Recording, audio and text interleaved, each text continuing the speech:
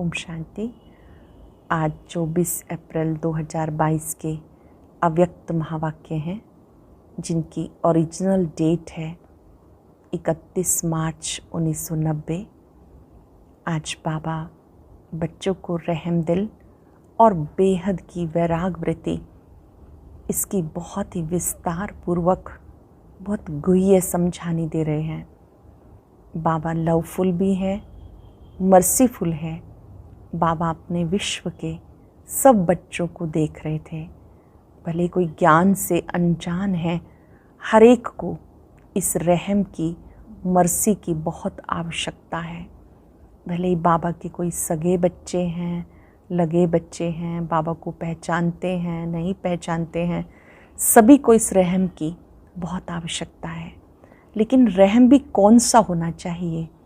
ज्ञान युक्त रहम की बहुत आवश्यकता है। और वैराग भी दिल का वैराग चाहिए। ज्ञान युक्त रहम क्या है? ज्ञान युक्त रहम वाली आत्मा अलबेलापन, ईर्ष्या और घृणा से मुक्त रहेगी। 90% हमारी कमज़ोरियों की जड़ ये 3 बातें हैं। जिनमें ज्ञान युक्त रहम है वो आत्माएं न किसी पे प्रभावित होंगी, न किसी से घृणा करेंगी, न ईर्ष्या करेंगे।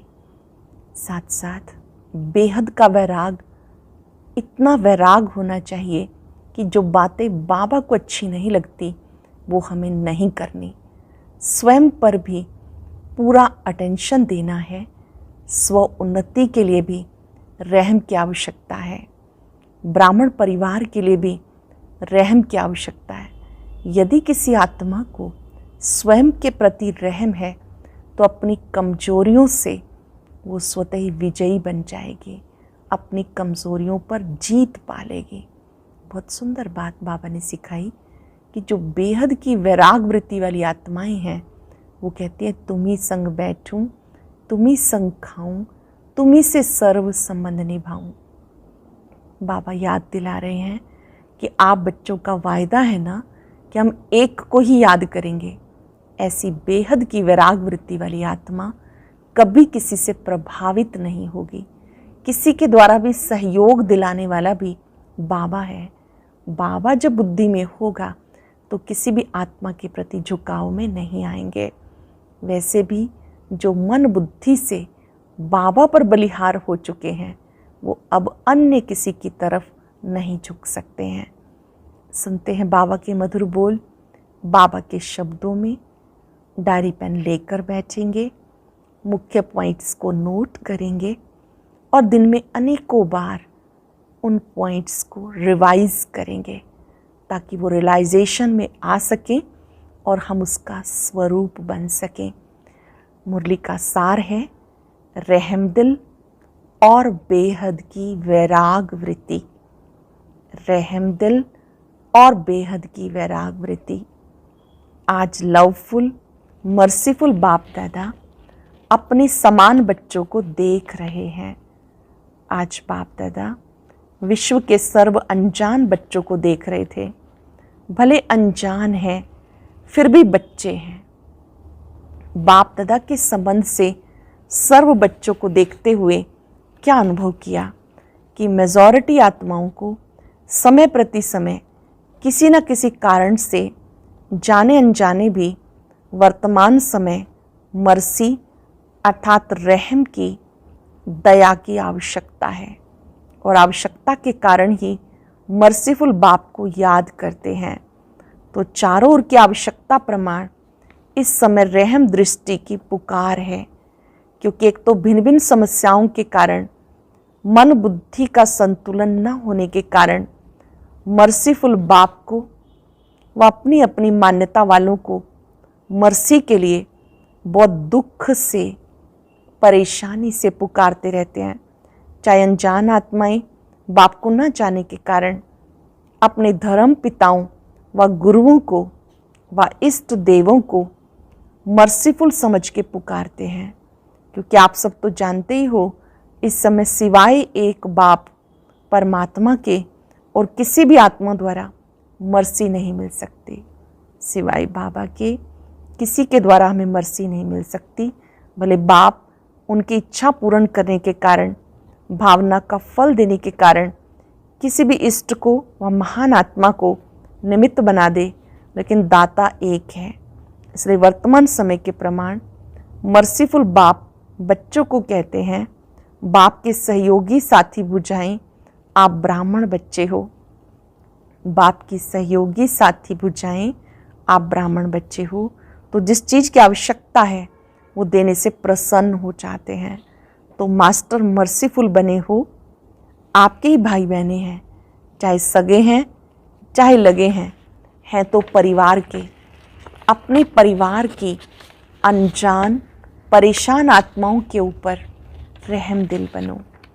अपने परिवार की अनजान परेशान आत्माओं के ऊपर रहम दिल बनो।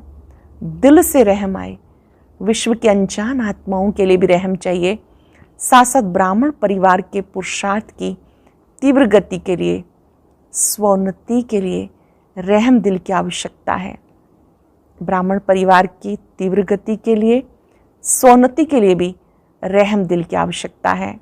स्वोन्नति के लिए स्वयं पर जब रहम दिल बनते हैं तो रहम दिल आत्मा को सदा बेहद की वैराग वृत्ति स्वतः ही आती है। स्वयं के प्रति भी रहम हो कि मैं कितनी ऊंच से ऊंच बाप की वही आत्मा हूँ, ऊंचे से ऊंचे बाप की मैं वही आत्मा हूँ, वही बाप समान बनने के लक्ष्यधारी हूँ। उसी प्रमाण ओरिजिनल श्रेष्ठ स्वभाव व संस्कार में अगर कोई कमी है तो अपने ऊपर दिल का रहम कमियों से वैराग दिलाएगा।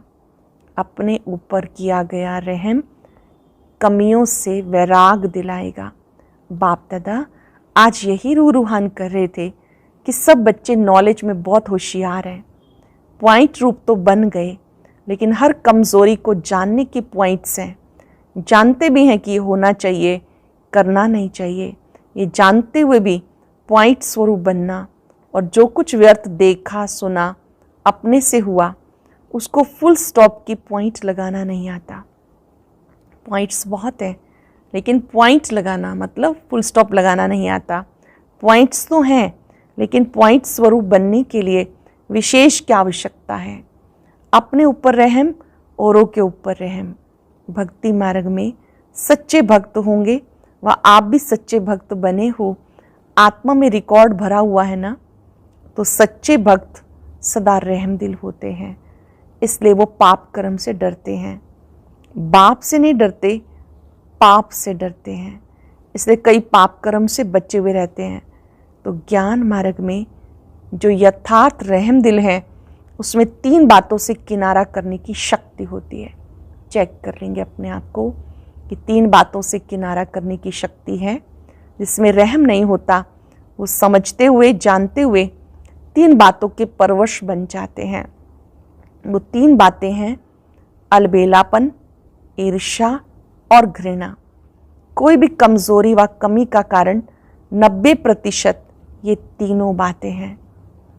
और जो रहमदिल होगा वह बाप के साथी धर्मराज की सजा से किनारा करने की शुभ इच्छा रखते हैं। जो रहमदिल होगा वो बाप के साथी धर्मराज की सजा से किनारा करने की शुभ इच्छा रखते हैं।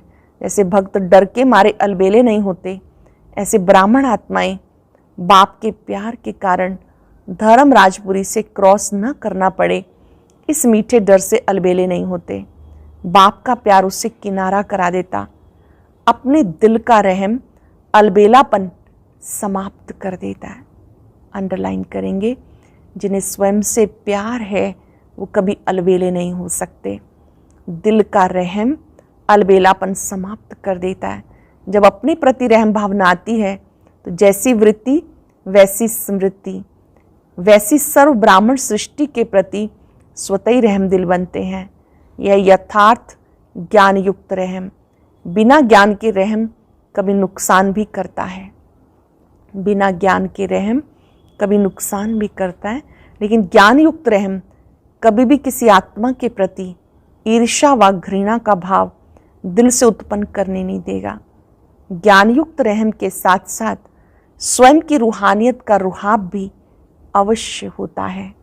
अकेला रहम नहीं होता, रहम और रोहाब दोनों का बैलेंस रहता है।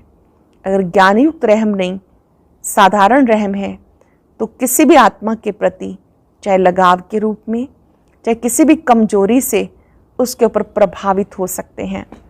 प्रभावित भी नहीं होना, ना घृणा चाहिए ना ही प्रभावित चाहिए, क्योंकि आप तन मन बुद्धि सहित बाप के ऊपर प्रभावित हो चुके हो। क्योंकि तन मन बुद्धि सहित बाप के ऊपर प्रभावित हो चुके हो। जब मन बुद्धि एक की तरफ, ऊंचे से ऊंचे की तरफ हो चुकी, फिर दूसरे के ऊपर प्रभावित कैसे हो सकते हो? अगर दूसरे के ऊपर प्रभावित होते हो तो उसको क्या कहेंगे? दी हुई वस्तु को फिर से स्वयं यूज करना, उसे कहते हैं अमानत में ख्यानत। दी हुई वस्तु को फिर से यूज करना, उसे कहते हैं अमानत में ख्यानत। जब मन बुद्धि दे दिया तो फिर आपकी रही कहाँ जो प्रभावित होते हो? बाप के हवाले कर दिया या आधी रखी है? आधी दी, आधी रखी। जिन्होंने फुल दे दी वो हाथ उठाओ। देखो, ब्राह्मण जीवन का फाउंडेशन, महामंत्र क्या है? मन मनाभव।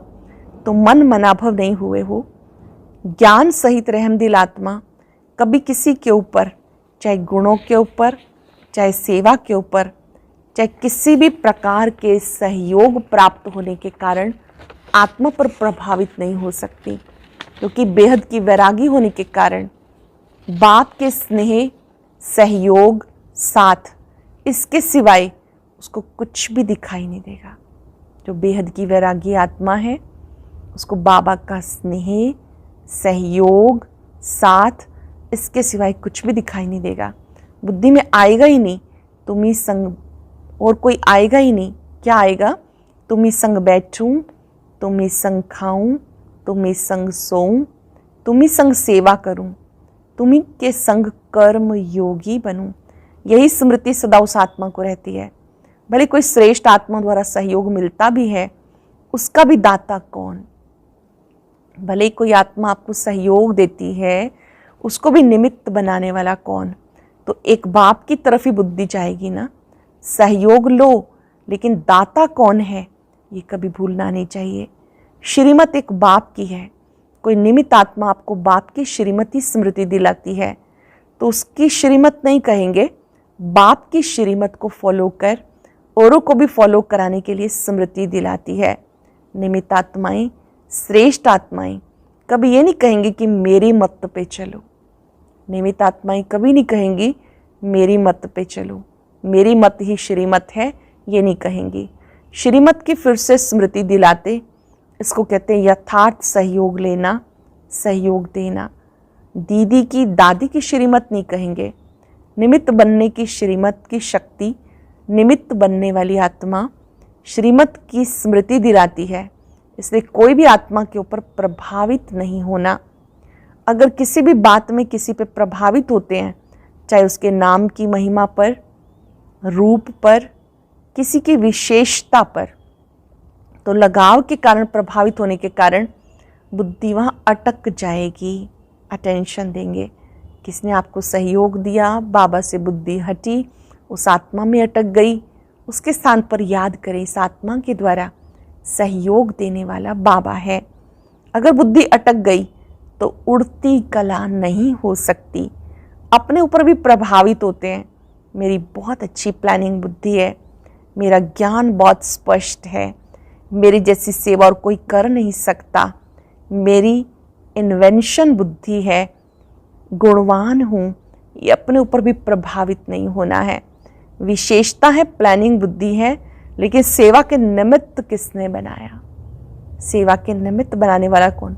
मालूम था क्या कि सेवा क्या होती है?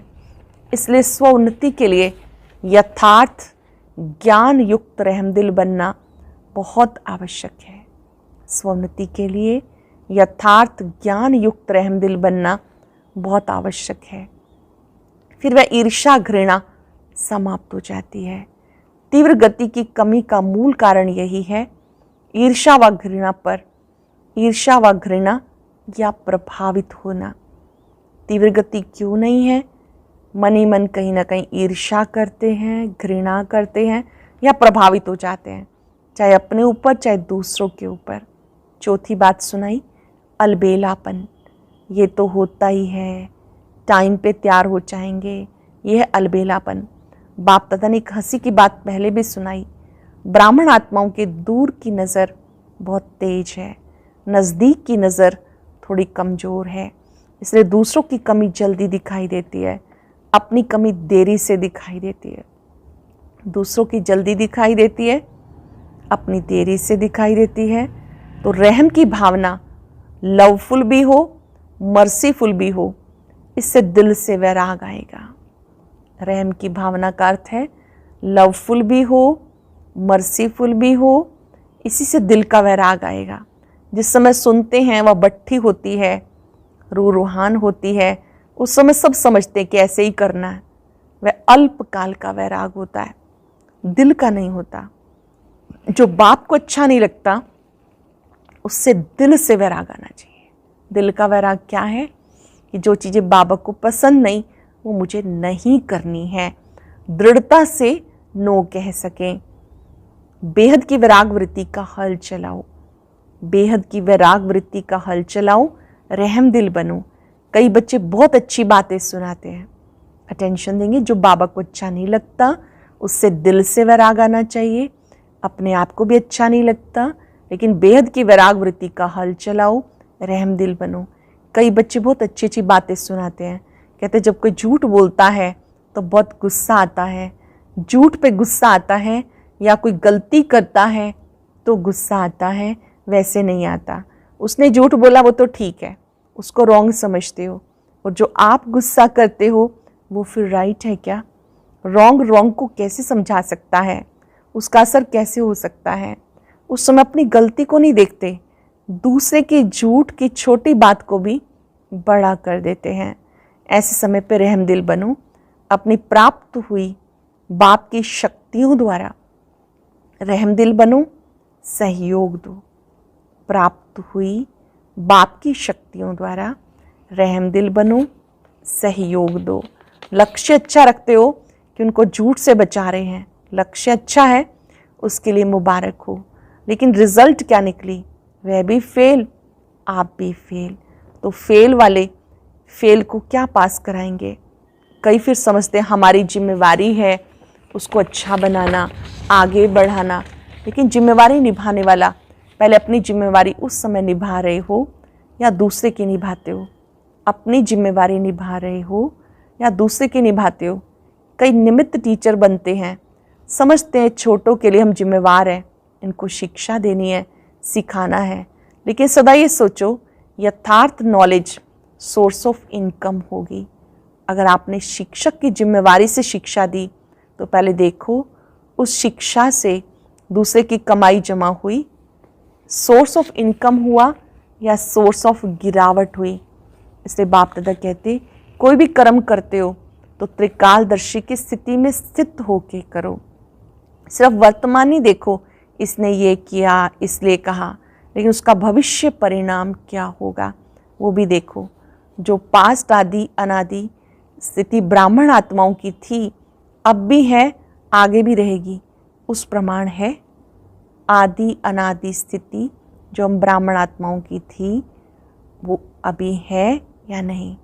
तीनों काल चेक करो तो समझा बाप दादा क्या चाहते हैं। स्वोन्नति तो करेंगे लेकिन परिवर्तन क्या लाएंगे? चाहे महारथी हो चाहे नए हो, बाप दादा की एक ही शुभ आश है, जितना चाहते हैं उतना भी हुआ नहीं है, जितना चाहते हैं उतना भी हुआ नहीं। रिजल्ट तो सुनाएंगे ना। बाप दादा अल्पकाल का वैराग नहीं चाहते, निजी वैराग आए, जो बाबा को अच्छा नहीं लगता वो नहीं करना, नहीं सोचना। निजी वैराग आए, अंतःकरण से आए, जो बाबा को अच्छा नहीं लगता वो नहीं करना, वो नहीं सोचना, नहीं बोलना। इसको बाप दादा कहते दिल का प्यार। अभी मिक्स है, कभी दिल का प्यार कभी दिमाग का प्यार। माला का हर एक मणका हर एक मणके के समीप हो, स्नेही हो, प्रगति के लिए सहयोगी हो। इसलिए माला रुकी हुई है, क्योंकि माला तैयार होना अर्थात युगल दाने के समान एक दो के समीप स्नेही बनना। पहले 108 की माला बने तब दूसरी बने। बाप दादा बहुत बार माला तैयार करने के लिए बैठते हैं, लेकिन अभी पूरी नहीं हुई है। मणका मणके के समीप तब आता है, अर्थात बाप उसको पिरोता तभी है जब उस मणके को 3 सर्टिफिकेट हो। मणका मणके के समीप आए, बाबा उस मणके को कब पिरो सकते हैं? जब उसके पास 3 सर्टिफिकेट हों। बाप पसंद, ब्राह्मण परिवार पसंद और अपने यथार्थ पुरुषार्थ पसंद। तीनों बातें चेक करो। मन का हाथ, तीनों बातें चेक करते तो मन का हाथ में रह जाता है, माला में नहीं आता। तो इस वर्ष कौन सा स्लोगन याद रखेंगे? त्रिमूर्ति बाप और विशेष तीनों संबंध द्वारा 3 सर्टिफिकेट लेने हैं। औरों को भी दिलाने में सहयोगी बनना है। माला का समीप मणका बनना ही है। तो सुना स्वोन्नति क्या करनी है? जैसे ब्रह्मा बाप का फाउंडेशन नंबर 1 परिवर्तन में क्या रहा? बेहद का वैराग। जो बाबा ने कहा वो ब्रह्मा ने किया, इसलिए विन करके वन बन गए। ब्रह्मा बाबा ने वही किया जो शिव बाबा ने कहा, इसलिए 1 नंबर चले गए। अच्छा, सर्व रहमदिल श्रेष्ठ आत्माओं को, सदा स्वयं को स्वोन्नति की उड़ती कला में ले जाने वाले तीव्र पुरुषार्थी आत्माओं को, सदा हर समय एक बाप के साथ का अनुभव करने वाली अनुभवी आत्माओं को, बाप के दिल की आशाओं को पूर्ण करने वाले कुल दीपक आत्माओं को, सदा अपने को माला के समीप मणके बनाने वाले विजयी आत्माओं को, बेहद की वैराग वृत्ति से हर समय बाप को फॉलो कर बाप समान बनने वाले अति स्नेही राइट हैंड बच्चों को बाप दादा का याद प्यार और नमस्ते। रूहानी बच्चों की रूहानी बाप दादा को नमस्ते, गुड मॉर्निंग, शुक्रिया।